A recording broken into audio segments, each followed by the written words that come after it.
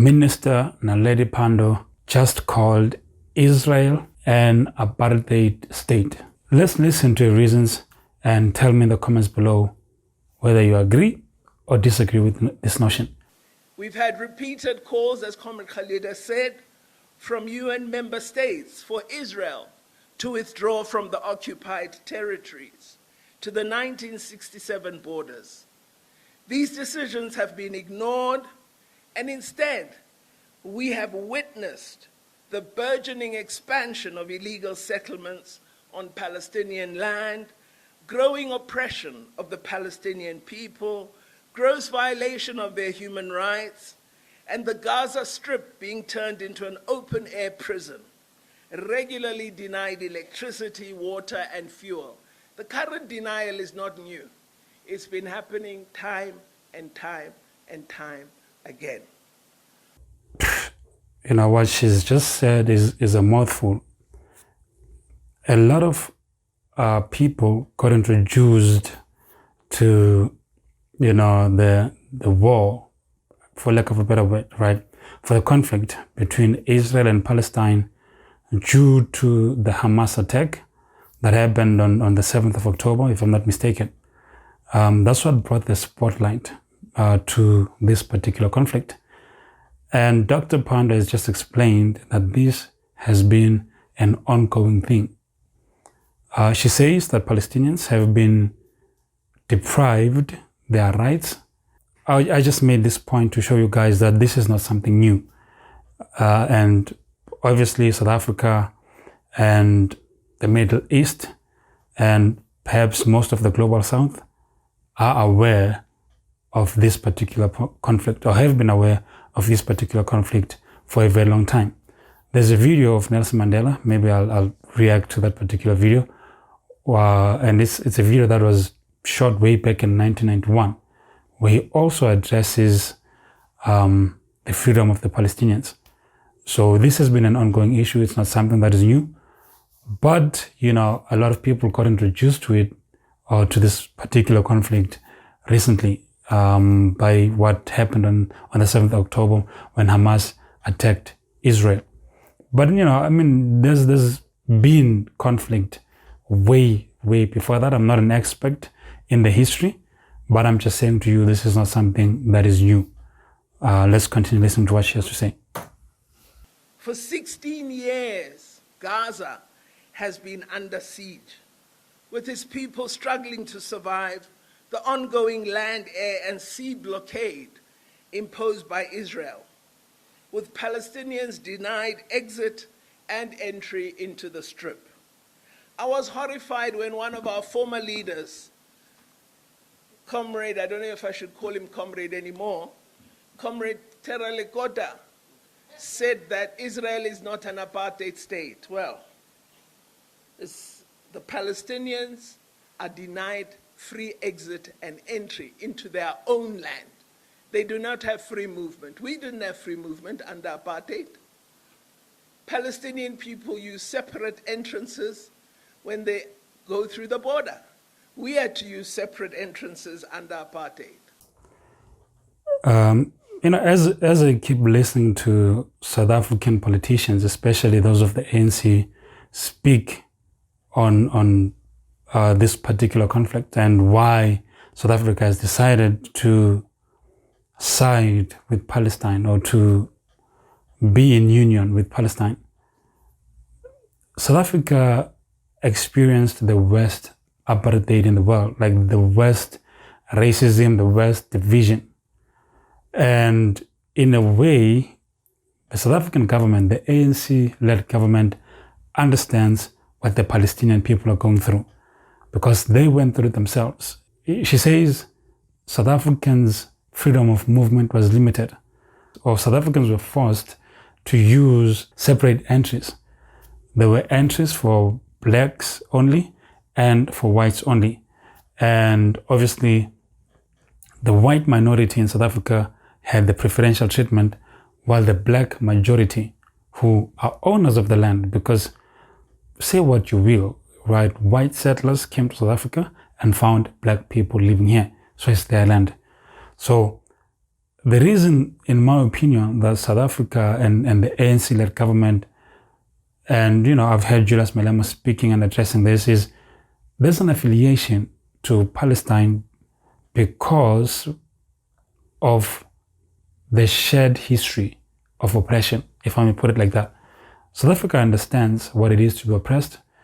That is why, in my opinion, I think they are aligned more towards Palestine.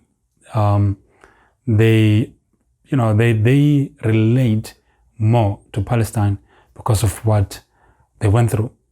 As I keep listening to these videos, I'm like, okay, cool. This is my understanding. This is why South Africa is aligning itself with Palestine, because they can understand better, perhaps, than anyone what the Palestinians are going through. Let's keep listening to what she has to say. Palestinian children do not have free access to education.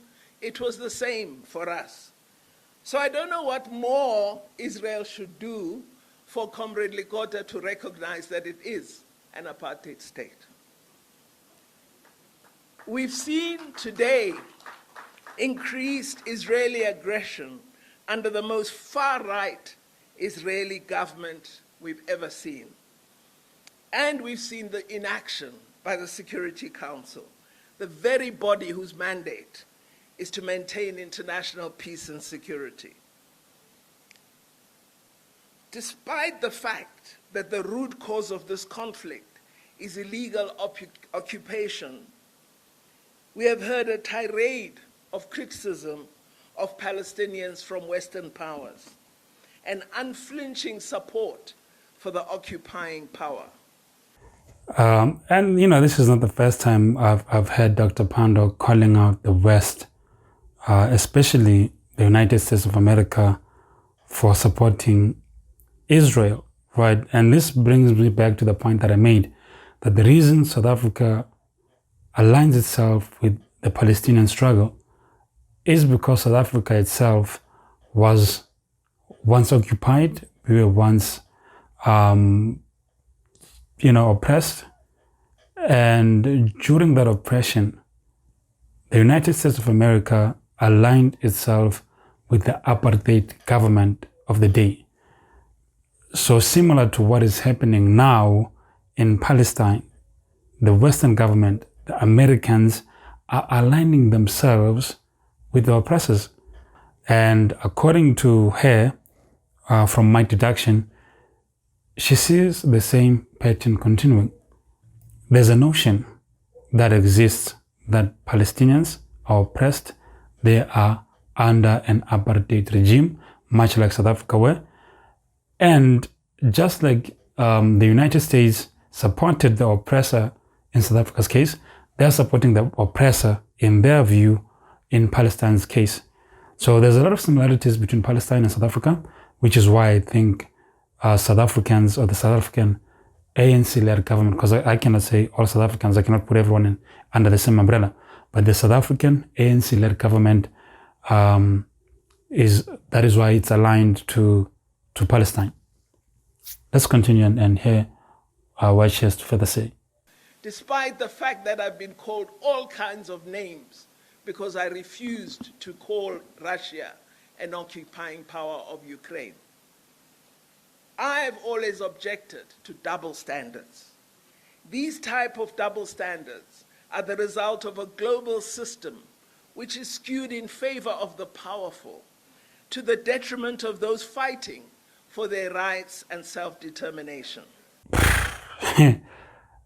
I mean, Minister Naledi Pandor does a great job calling out the powerful. They align themselves, according to what she's saying, they align themselves to continue abusing their power and oppressing the smaller nations. And I think, when oppression goes on for a prolonged period of time, a time comes when the smaller guy arises and is desperate, and they do anything to get out of that oppression, which is what I think we are seeing happening globally. The world is no longer unilateral. the world is now multilateral with the likes of BRICS rising to oppose the superpowers, because the smaller guys are tired of the same game. They're tired of the double standards that exist. So, when you bully someone long enough, eventually they rise and they fight for themselves. And we saw that in the struggle against apartheid in South Africa. And I believe we are seeing that globally. The world is no longer unipolar. It is now a multipolar world. That's the word I should have used. The world is no longer unipolar. It's becoming a multipolar world, which is why you see the likes of, the BRICS nations rising. Let's continue listening to these guys. I just think that Minister Pandor makes a lot of great points here. I repeat, it is imperative that social movements raise their voices in solidarity with the Palestinian people, particularly given the notably biased media coverage of the current violence. Within the United Nations, we have seen almost unanimous support among member states for ending the illegal economic blockade of Cuba, which is now entering its 61st year. Yet, the Cuban people continue to be denied access to life-saving medicines, essential goods, and the right to trade as any other sovereign nation. These are injustices that once more need to be taken up by the Global South and progressive forces worldwide to create a groundswell of popular support for the Cuban people, as well as the people of Palestine and all oppressed people all over the world. In South Africa, as the South African Department of International Relations and Cooperation, we wanted to provide support to the people of Cuba after they sent an appeal to us. When our opposition parties got hold of our intention, they, through an organization called AfriForum, took us to court. And the court ruled that I must use that money for poor people in South Africa and not provide anything to the people of Cuba. Now, guys, I understand that this particular point has nothing to do with what's going on in Palestine. But a lot of South Africans, right, especially Black South Africans, can understand oppression and how that feels like, especially the older generation. Now, Nelson Mandela himself said that Cuba and Fidel Castro supported the struggle of the African National Congress to the core. They were there in the darkest hours of the ANC, and they were willing to put resources at the disposal of the ANC. Now that the Cubans are struggling, there's a isiZulu saying that says, izandla ziyagezana, a loose translation or a direct translation, it says, one hand washes the other. They helped the ANC in their time of need. Now that Cuba is in the time of need, they need help from the ANC. And the ANC should understand that, look, these guys were there and they helped us when we needed help the most, right? When the ANC and the people of South Africa needed help the most, the Cubans, were putting resources at the disposal of the ANC to fight against the apartheid regime. It should not be too much for the Cubans to be asking the ANC government to do the same. The opposition parties in South Africa, most of whom, if I'm being honest, right, except perhaps the EFF, which is a new organization, they were part of the oppressors, and they've done everything they can to stop South Africa or the ANC government to lend a helping hand to the Cubians. And they say that money needs to be given to poor South Africans. Look, we understand they're poor South Africans, but South Africans need to understand that we received help from Cuba. So, in my opinion, they need to do something to support the Cubans as well. Cuba stood with South Africa in its darkest hour.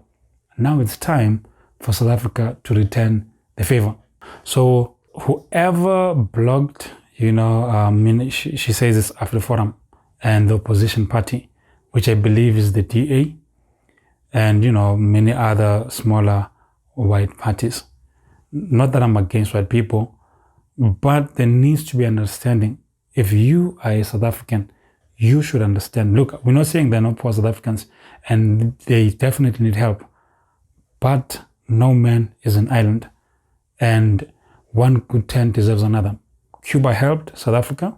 South Africa should also help Cuba in their time of need. That's simply what I'm saying.